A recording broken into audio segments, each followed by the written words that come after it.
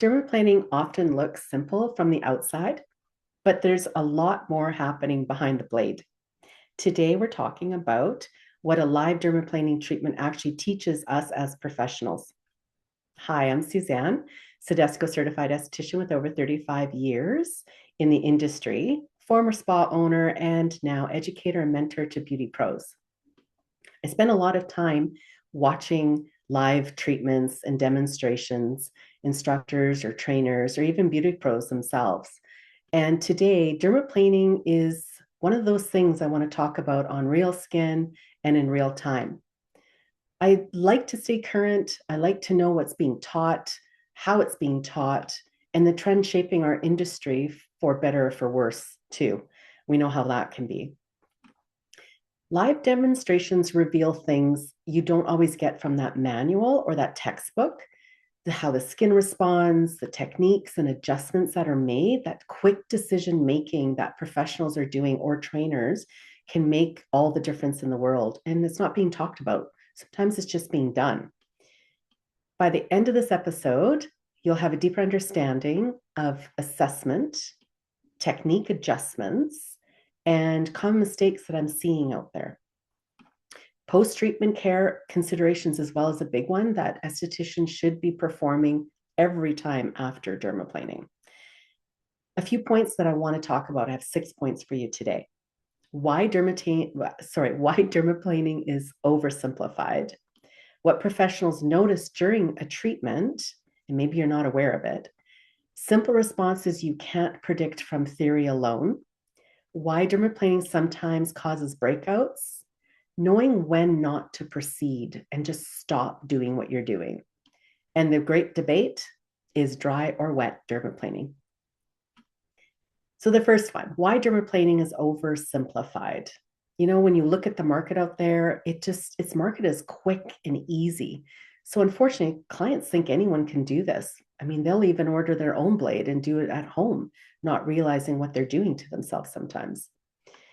I know some people that they've gone in and had the professional treatment and felt that the professional missed and they went home and touched up. So there's a lot of things that clients do behind the scene of us not even knowing. You know, the videos can look really simple, but, or the photo, but real time is just so different. It's real time decision making at that time. That's what matters the most. And professionals adjust constantly. Their pressure, their not so much their angles, but kind of their angles, that skin feedback that they're noticing, head positioning, how are they moving their clients around, their own body position is another one too. So live videos are going to help with that because hopefully that trainer speaks to that. Overlooking contraindications sometimes or the barrier integrity, hair types can lead to poor results too. If they've got vellus hair, those are the fine peach fuzz, which is great. But sometimes they have the stronger terminal hair. And how do we approach that?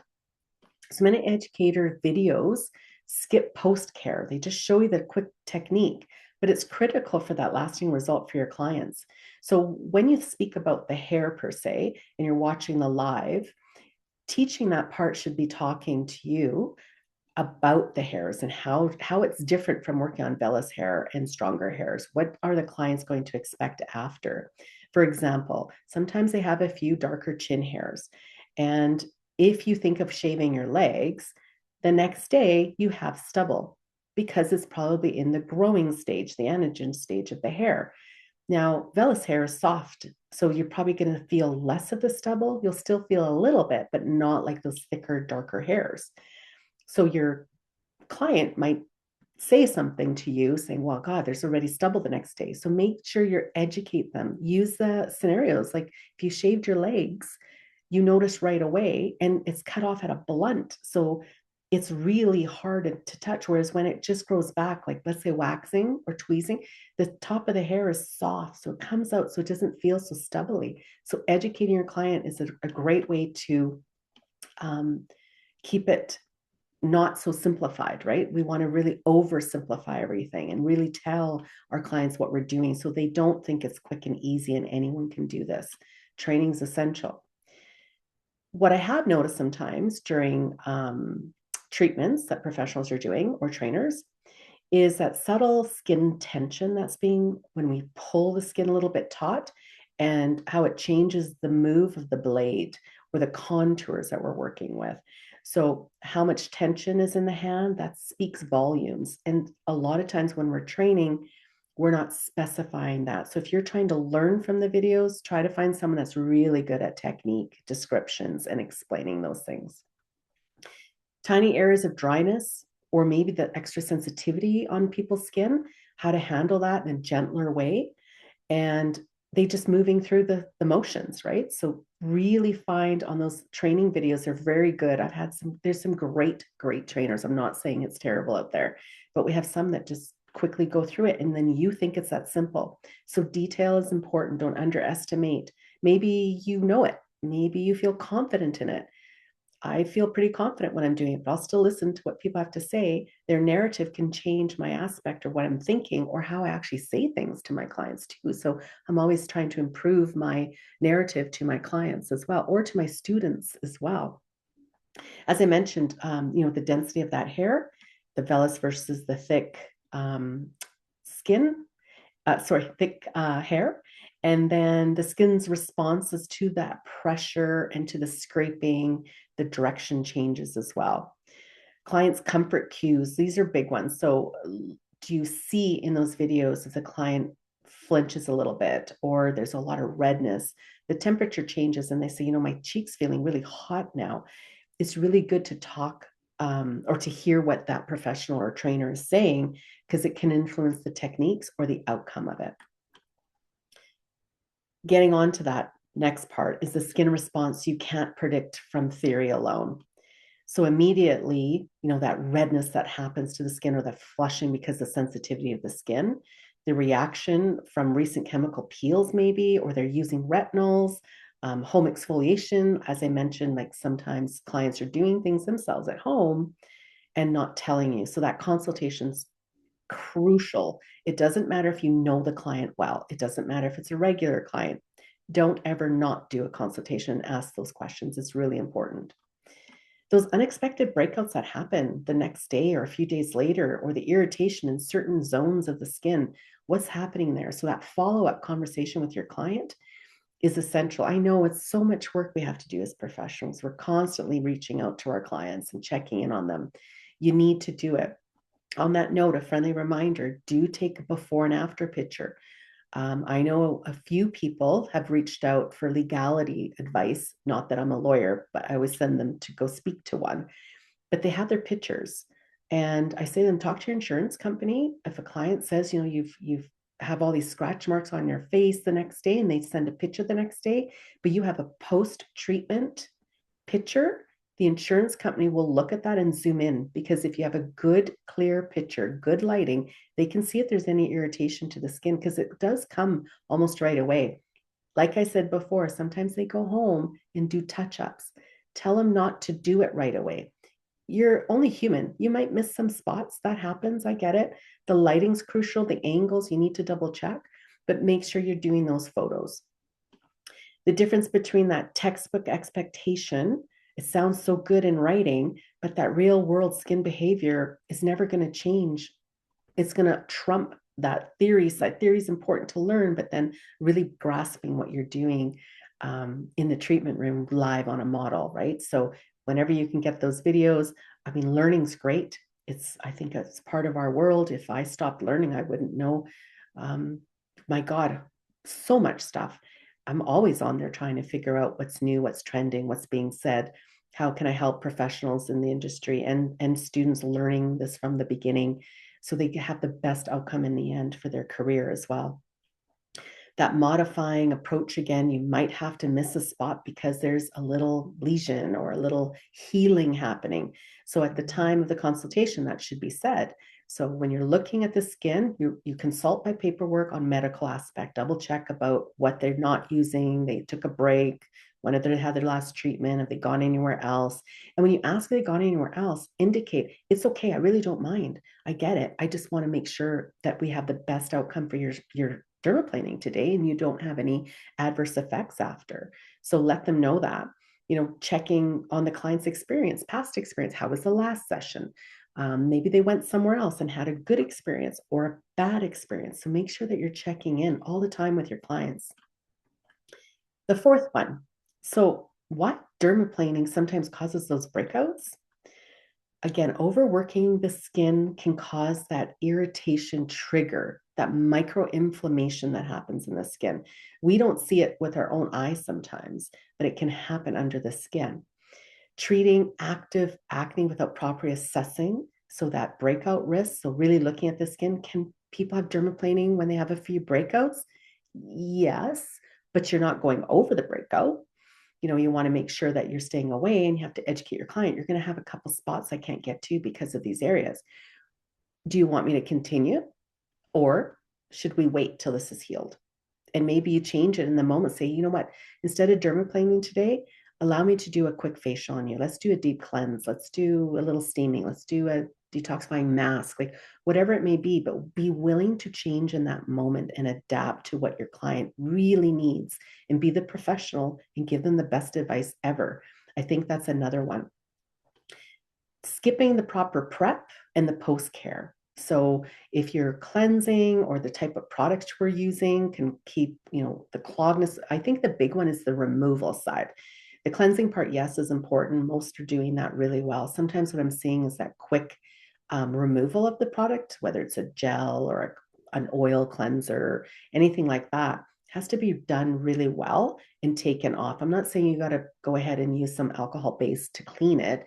I'm just saying do an extra couple rinses just to ensure you've got it all out.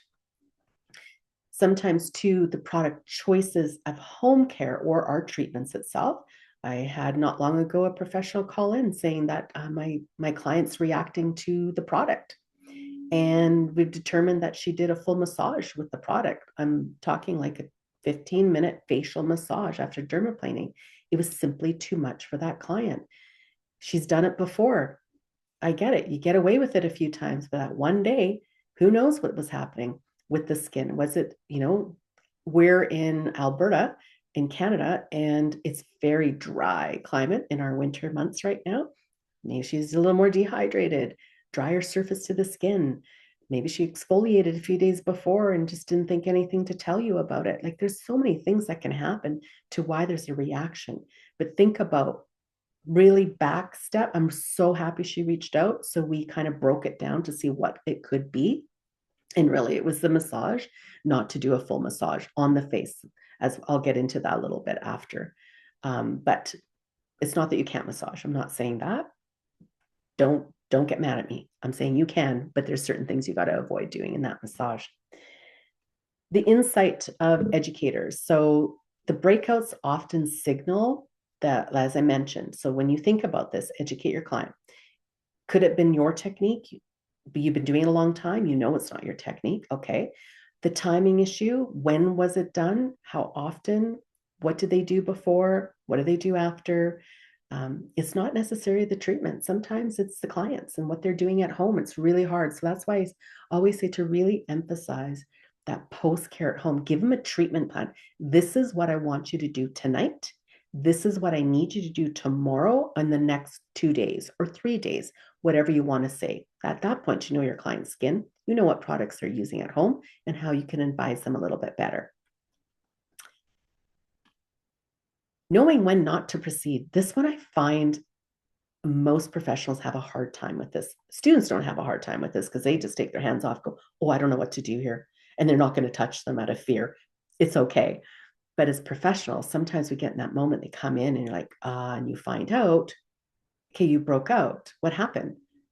I'm not saying speak to them this way, but oh, you have a big cut on the side, like a little scrape on the skin. You can't go over that with the blade. So, or they had some sort of a treatment done in the medical aspect, and now their skin barrier seems more sensitive than normal.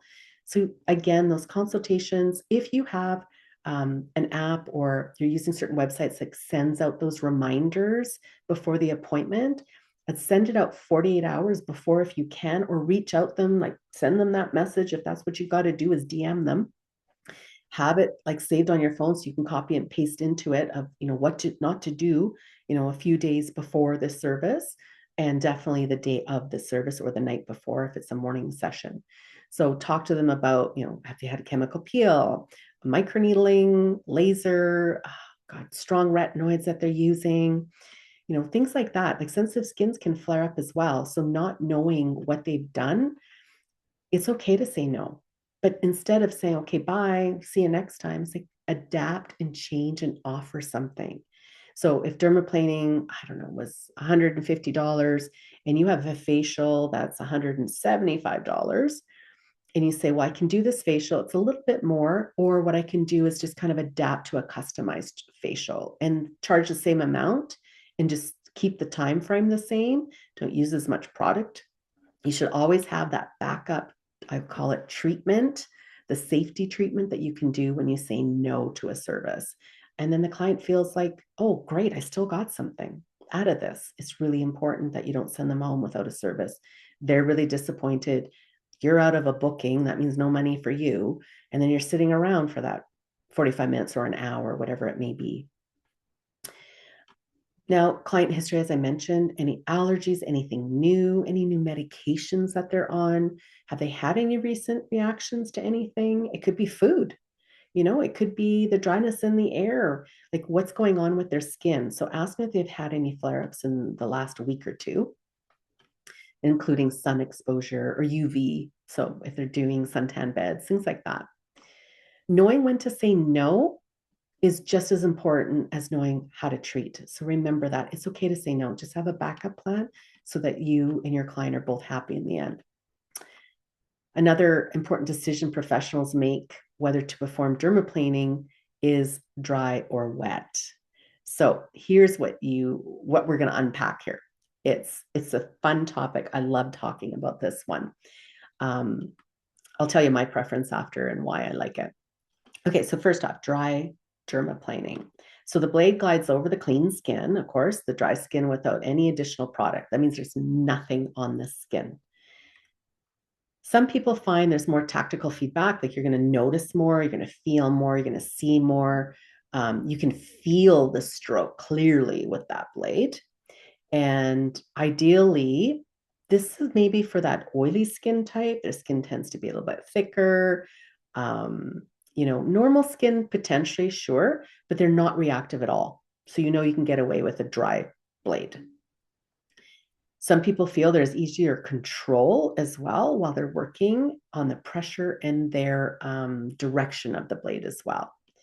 And others feel that there's just more precision work when they're doing it. They can see the hair, they can smooth out the rough skin right away. So I've heard this said by a few trainers and professionals that they prefer it. They get way more satisfaction out of it. I can understand that because you visually see it. So as a facial technician, it's like doing extraction. You see comedones come out. I mean, it's something we like to do, right? So sometimes we need to adapt to that. It's not always about what we want and what we prefer. It's also based on your skin type and conditions you're working on. So keep that in mind. So it's not wrong to do it. I would say a good comparison is shaving legs.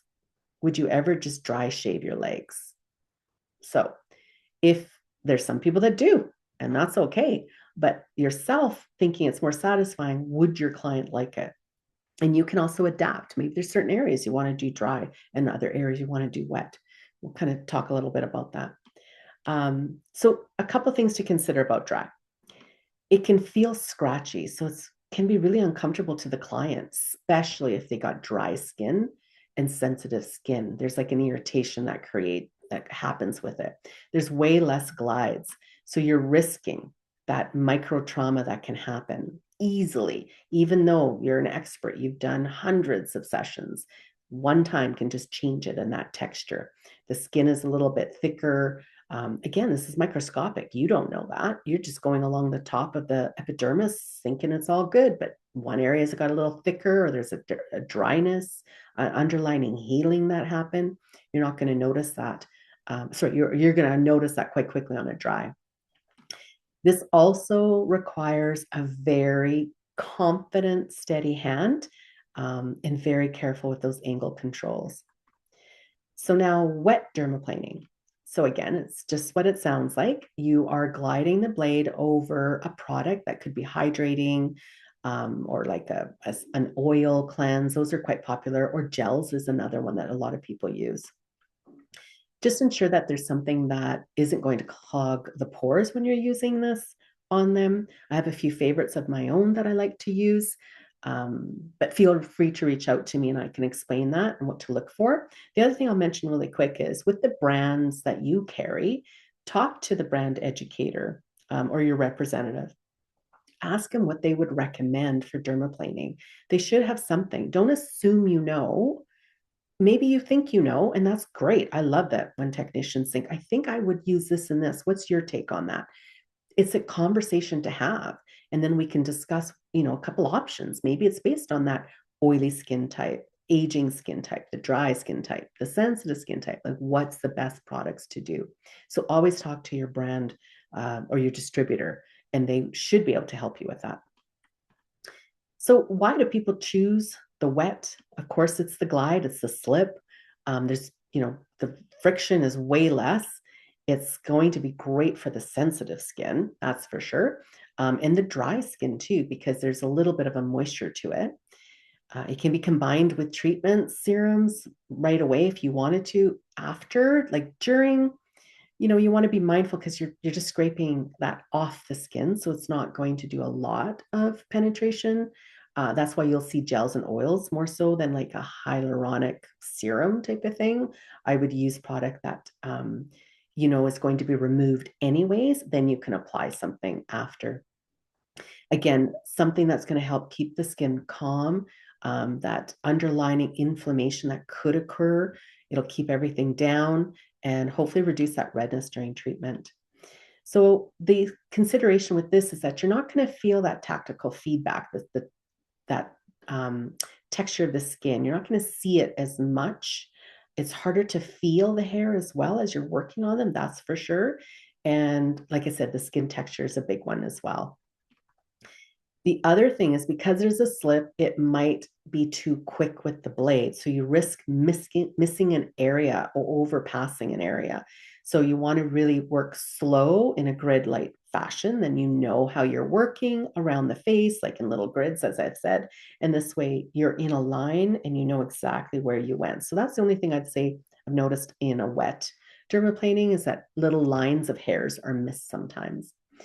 Again, that thicker type of hair, it's harder to work with sometimes, but it should give a smoothness to it. So it shouldn't be too slick. Just be careful that you're stretching the skin enough, but not overstretching the skin. So really, how do you decide as a professional? What's the best way?